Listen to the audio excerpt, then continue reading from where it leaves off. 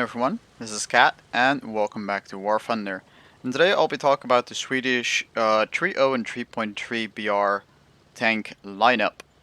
And the main star of the show is gonna be the PV Kiwi 2, which is it's still called a light tank, but it's more of a tank destroyer that mounts a long 75mm gun on the already known Panzer 38T chassis with the improved engine.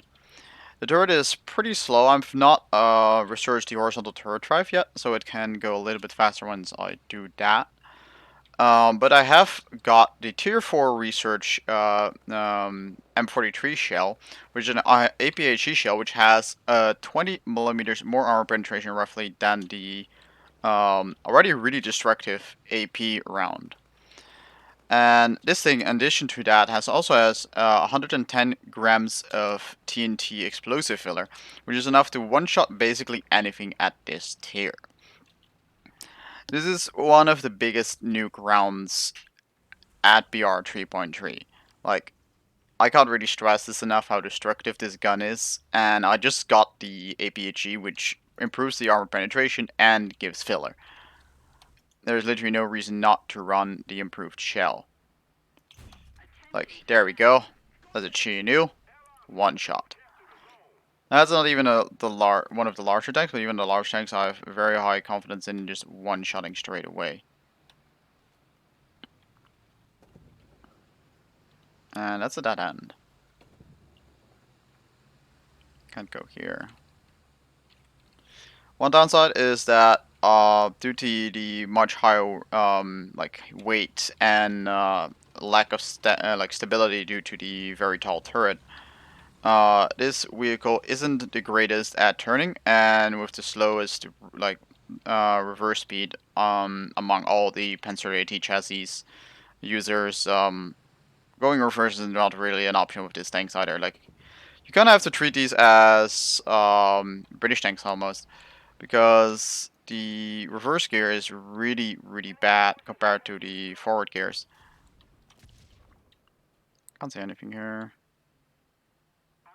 Okay, there we go. And that's another one shot. Oh, it's even a sub-optimal place to hit that thing, but who cares? We just one-shot anything anyways.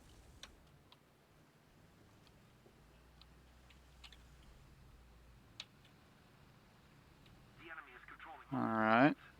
We're gonna take a turn left here.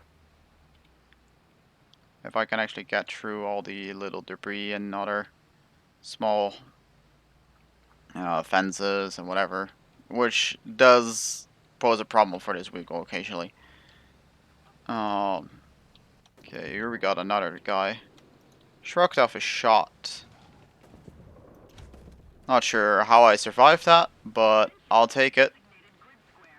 And we got a tank incoming from here, it seems like. So we're gonna hug the wall and prepare to receive him. And oh dear God, there's another tank. Hopefully he doesn't see me.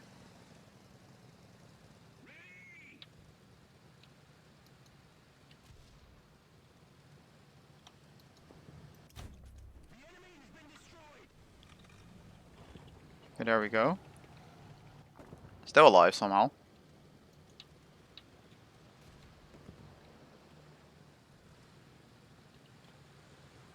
Now we're good to go. Is he pushing? Or if they want to gun around here.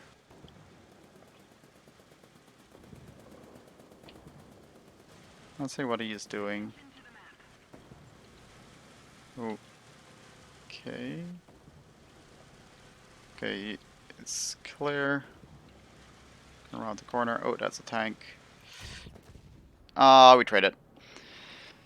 Here, I shot through the upper front plate of that thing, which is actually the most protected area of a Panzer IV F1. And I had no issues with it whatsoever. So, other than that, we have one more tank that still uses the same hull, which is the SAF M43 1946 model, which replaces the previous 1944's one like 75 millimeter gun to a 105 millimeter gun, and this thing on top of that gets a heat shield penetrating up to 240 millimeters at any range. One downside is that the velocity is still not very high. Couple that with the very good optics makes it actually kind of hard to aim. Like with very low magnification optics, you just like don't notice the difference in aiming as much as you do with the high optics, I feel like. And we are capturing C.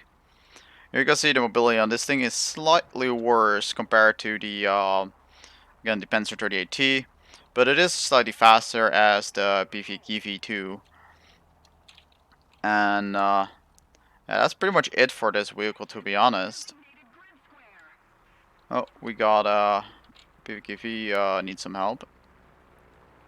Actually, now let's check. Actually, that one is classified as a tank destroyer, so correction on that. I'm still learning how all these vehicles perform as we go. Of course, I'm actually not too familiar with these Swedish tanks compared to things like German tanks, etc. So I can only really show off the mobility here, I guess. And of course, with the heat shell, you do have to watch out for any kind of obstacle because anything will detonate your heat shell. So like little fences like this, bushes, etc. Gotta watch out for that. Top of that, the reload is pretty lengthy on this thing.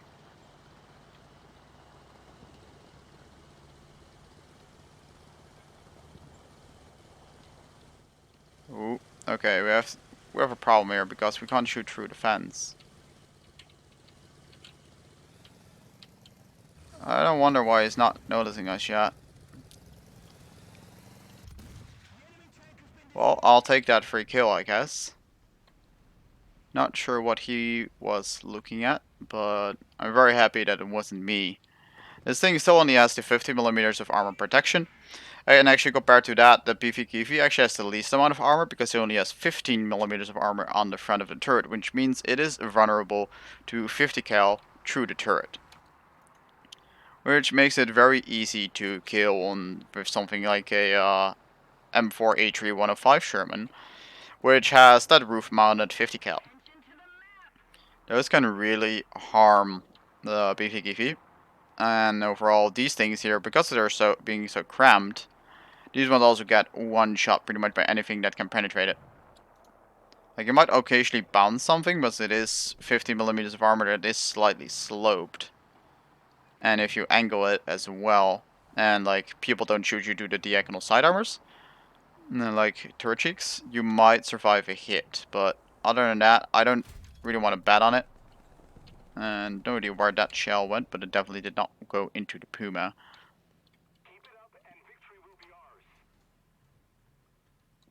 There you can see the reload. The reload on both these is pretty lengthy. This one is actually slightly faster than the Beefy Kiwi. Both sitting at just over 12 seconds, almost 13 seconds actually.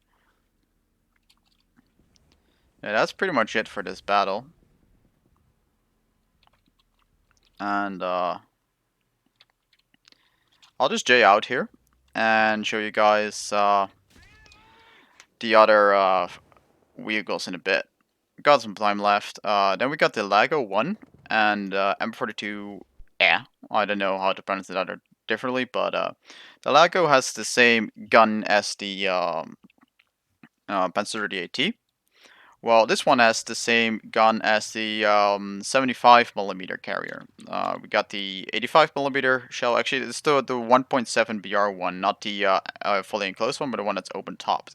85 millimeter and 63 millimeter. I'm only bringing a few of the APHE because while it does have a 260 gram explosive mass, which is absolutely ridiculous for this BR, and it's again another nuke round, it has very little penetration. So unless I do the first shot will always be AP, disabling shot, and then on see if it's a big tank that has little armor and I can just like use the APHE to one-shot it, then I'll swap to APHE. But under that, there's very little value in it. So if you look at the chassis here, it is actually really, really mobile. The Lago only gets 35 millimeters of armor, but this one actually gets 55 millimeters of armor, making it decently survivable at BR 3.0. But that's mostly because of the odd shapes. Like the round front mantlet might bounce a hit or two. The way that the sides are angled might bounce a hit or two. But if anything actually like hits you straight on the flat parts, that's very, very likely gonna go true. One biggest advantage of this thing is, compared to the 1.7 BR one, is that thanks to its mobility and the fact that it has a turret, it is much easier time getting close and next to the opponents. And don't underestimate actually the damage output this 75mm shell can deal. For some reason, it does way more damage than the 75 from the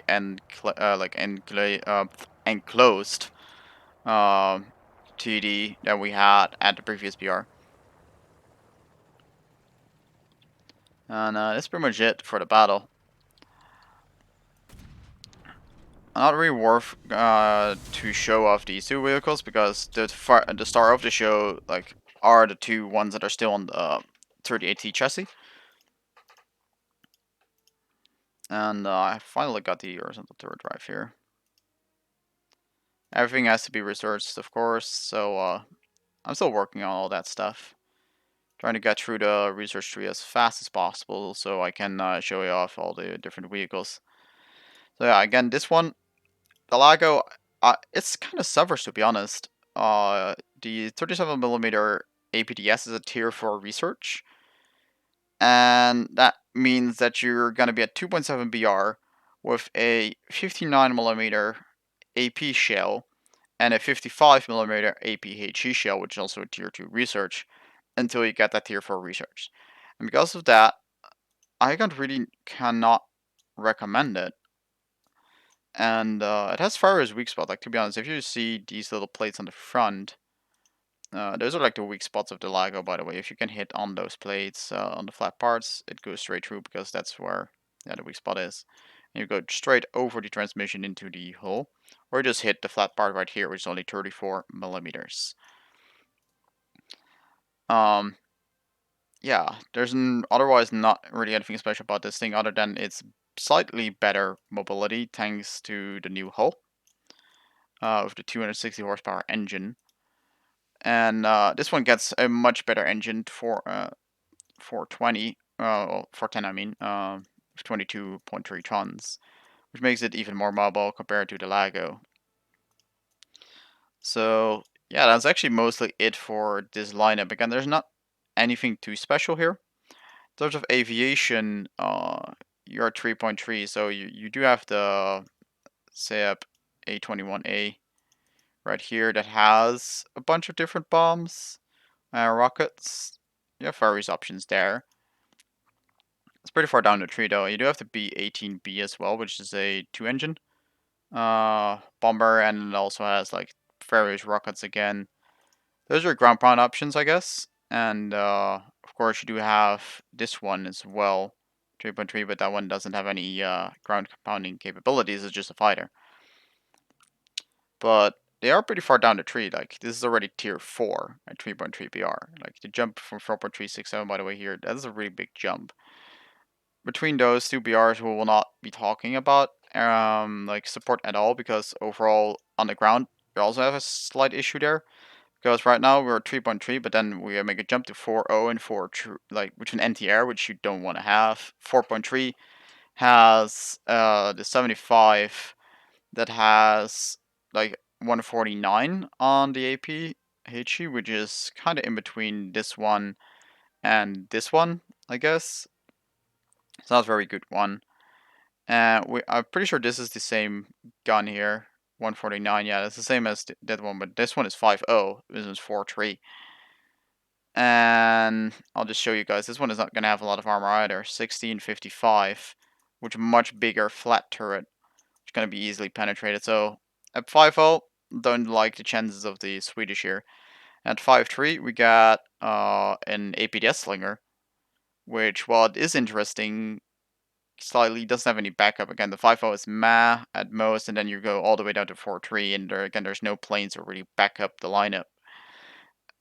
And you'll be stuck at the 6.0 to be honest. You get an AA, you get the 400 millimeter heated Festlinger, and you get a 5.7 APDS medium tank with 258 millimeter penetration. So until then, I'll probably just skip all of these vehicles to be honest. Like there's no viable lineup to be found there until again the 6.0. So yeah, that's it. I very much hope you guys enjoyed watching this video, and I'll see you guys all in the next one. See ya!